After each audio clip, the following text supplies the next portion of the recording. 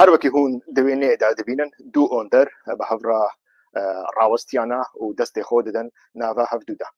ئۆندەرێکی چەپ و سۆسیالیست و لە هەمبەری ویژی ئۆندەرێکی ڕاست فیوداڵ و عشیرەتی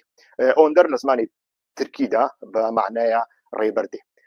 سری سوریا ئۆندەر ناوێویە و ئەو جامێر چەپێکی تورکمەنە دەناوە دەم پارکێدا بەری دەناوە هەدە پێدا و نەها ئالیگرێ سەرۆکێ مەجلیس پەرلەمانە تورکیایە و دە هەمان دەمێدا دە پێڤژەیە ئیمرانێدا بەرێ و نەهاژی بەردەوام ڕۆڵە ئۆندەر دەبینە لێ هەر کەس دەزانێ ئۆندەر مەقاسیک و تورکمەنە ئاژی ئەم بێژن تورکە لێ دەناوە کوردان و دەناوە تورکیاداژی یعنی دەناوە سیاسەتە کوردی و سیاسەتە تورکی داژی هێژی ڕۆڵە ئاغا کولتورە ئاغا بەرچاوانە و گاوا کو ئۆندەر تێ کوردستانە عراقی کوردستانە باشوور لەوێ دەرێ کراسێن قەتی یا چەپگەڕی بە تەمامەتی داوێژێ وێ دەمێ کراسێکی تەمامی فیوداڵی لە بەرخۆ دکە و ئۆندەر تێ کوردستانە باشوور قبول دکاکو ئومێد خۆشنا و پێشوازیە لێ بکە ئومێد خۆشنا و کیە ئومێد خۆشنا و والی ئانژی سەرۆکێ شارەداریە هەولێرەیە گرێدایە پەدەکەیە ئومێد خۆشنا و دەچەند ڕۆژێن بەرێدا ژە ئالیە نەتەنێ ژە ئالیە کەسێن دژمن و ڕەکەبەرێن پەدەکێ بەڕاستیژی من بەخوا ژە 20 کەسی زێدەتر کەسێن نێزی پەدەکێژی 20 و ئەوژی نەفرەتێژە دیکەن ژ بۆی و ئینسانەکە گوتنێن پڕ بەڕادایی دکا لە هەمبەری ئینسانێن جودا لە هەمبەری ئینسانێن و خواستەکێکی وان هەیە لە هەمبەری ئینسانێن ناڕازیدا ئسلوبێکی پڕ خراپ بەکاربێنی بەریا چەند ساڵان ئیدی لە ڕۆژە ڕەمەزانێدا چوو لەسەر مەحەلەیەن فەقیر دگەڕیا خیار یعنی بە تورکی دەبێژن سەڵاتە خیار بڵاو دکرن و ناولێکردن ئومێد خیار و ئومێد خیار vێجارێ ئیدی لە چەند ڕۆژ بەریانە هاگا بەکو مامۆستایان کوردستانی لە سلەیمانیە ئیدی گرێڤە برچیبوونی گرتبوون و ئەو گرێڤ دەربازی ڕۆژە 12 و 13 بوو ڕەوشەوان پڕ خراپ بوو خواستن و بچن هەولێرێ لەوەر لە هەمبەری بارەگایان حکوومەتێ خۆنیشاندانێکی بکەن داخوازی خۆ بین سەر زمان کاگەلۆ چما موچەیەوان نایە بەغدا موچە دشینی لێ حکوومەتە کوردستانی موچە نادێوان ئەو ئومێد خۆشنا و ئومێد خیار ژوان ڕاچ گوت ژوان ڕاگوت ئەم میوانێن چرکین میوانێن نەشیرین و نەخۆشک حەز ناکەن بلا ئەو نێنجەمە و مەدی دوو ئالیگرێ سەرۆکێ مەجلیسا پەرلەمانێ گابە و دچە هەولێرێ قبول دکا کو ئومێد خۆشنا و پێشوازی لێ بکە دیڤیا بوو هەری کێم ئالیگرێ سەرۆکێ پەرلەمانە کوردستانی پێشوازی لێکرد بە حتا سەرۆکێ پەرلەمانی کوردستانی پێشوازی لێ بکە ماهون نابێژن دەوڵەتا تورکیا دەوڵەتێکی مەزنە هون چما لە هەمبەری ئۆندەر تەنێ ئومێد خۆشنا و دشینن باشە ئومێد سری سوریا ئۆندەر و پەروین بۆڵدان چماوەیەکە قبول دکەن ئەوژی پرسیارەکە هون بەخوا بەرسیف بدەن یعنی تشتێکی باڵکێشە چەند جارە ئەس دەبێژم 1000 جار ئەس دەبێژم مرۆڤ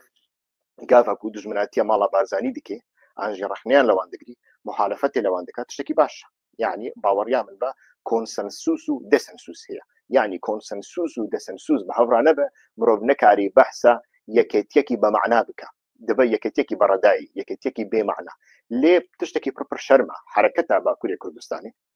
بەردەوام لە هەمبەری پەدەکێ زمانی خاین جاش خۆفرۆش بەکاردێنێ نەوسا لێگاڤاکو ئۆندەر دشە جەموان ئۆندەر لە هەمبەریوان چاوا دەسەکنێ یعنی لە زمانێ فیزیکاوی بنەڕە زمانی حرەکەتاوی بنەرە چاوایە تشتێکی پڕ عەجایبە و بە زمانی خۆی خائین جاش و خۆفرۆش و نۆکەر بەردەوام مرۆڤێن بادینان ڕاکردن سەر هەڵدانێ هەنێک جارنا ئینسانێن ڕەخ نەگرژی هەن دەدەن زمانیوان توش دکەن لێ دە ڕۆژێکی دووسادا هونوانە هەمیان دەفرۆشن پەدەکی ئەو چێ دەبێ ینی دەوردا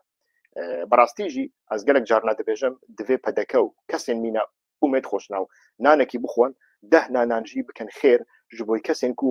مخالەفەتی وان دەکەن یعنی چەوە مخالەفەتین ئەردۆغان بەڕەداییە مخالەفەتی ماڵە بارزانیژی عینەن دەواری کولتوریدا دەواری فکریدا دەواری سیاسیدا بەڕاستی و قاسی بەڕەداییە لێ بنەڕ ئەس خەلەت فام نەکەن ئەس نەردژی هەفدیتنێمە ئەو هەفدیتنێکی باشە و پێویستەژی گەرەک بێکردن و ئەنجام ئەز لە بەندە ئەنجامێن ویمەژی پێواژوەیەک لە هۆلێدایە لگوری من او پیواجو چه دبه بلا ببه تشتكي مينا اتفاقكي تكتيكي دانا برا دولة ترك وكردان دايا نتني بدكا نتني بككش البحر ديان رايا لو ماجي هفدو تمام دكن تشتكي وسامرو فام دكا هو احتمالك مزنا مساجو بيامين او جلانجي جريدايا في كده او لجي خودا هفديتن تشتكي بربر باشن اللي هفديتن بويرنجي تشتكي خرافة وهيفي دارم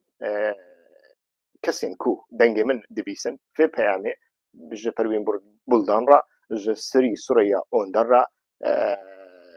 ببيجن بويرنجي سياسة نايكرن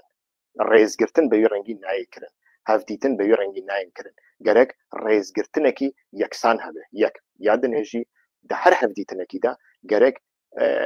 كونسنسوس و ديسنسوس لبرچاوان بيدر باسكرن يعني افتي ويواتاي گرك بي در باسكرن شوا هون رخ ندكن دبيجن بلا تكلين بارتين باشور بتركيا يرا بإيران يرا بنظام كيرا بكيرا گرك لسر حسابي بارتين دني نبن تكلين ويجي بفدكيرا دبي لسر حسابي پارچه کی کردستان مینا باشور نبه کو دوردا تکوشینا وان تکوشینا کی دموکراتیکا تکوشینا که جبوی آزادیه تکوشینا که جبوی نرخ مروفان و مافی مروفان کو او د صلات ببرچیبونه وانه جزادکا لبنابه کردایتی و لبنابه کردبونو لبنابه مافی کردستان ده لو ماجی او پرسیاران چه دیکا لسروا گلو هونجی کردستان کی وسا دخوازن ددمه پیجده ای براستیجی هگر کو هونجی کردستان کی وسا بخوازن از چوا لکردستان آوان ناجی لکردستان آواجی قد ناخوازن بشی